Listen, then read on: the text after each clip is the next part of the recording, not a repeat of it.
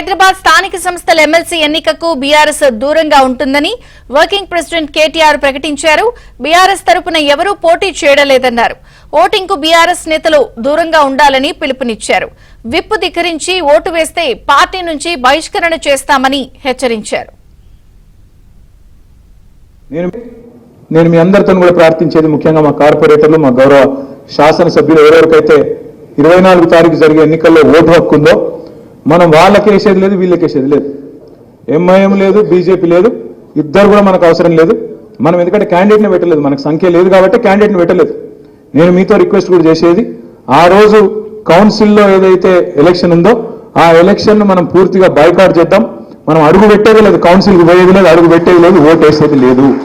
ఇద్దరు కూడా ఒకటే తరీకా మనుషులు, మనకు అవసరం లేదు. వాళ్ళు లేదు, ఇల్లు లేదు, మనం వాళ్ళ పోయేది లేదు. నేను శ్రీనివాస్ యాదవ్ గారిని, సబితా గారిని కోరుతా ఉన్నా, మీరు దయచేసి ఆ విప్పు కూడా ఇచ్చేది ఉంటే విప్పు కూడా ఇవ్వండి. ఎవరైనా వ్యక్తిగతంగా విప్పు ధిక్కరిస్తే కూడా చర్యలు ఉంటాయి. విప్పు కూడా పార్టీ నుంచి ఇస్తాం, తప్పకుండా దాన్ని పాటించాలని చెప్పి కూడా నేను కోరుతా ఉన్నా.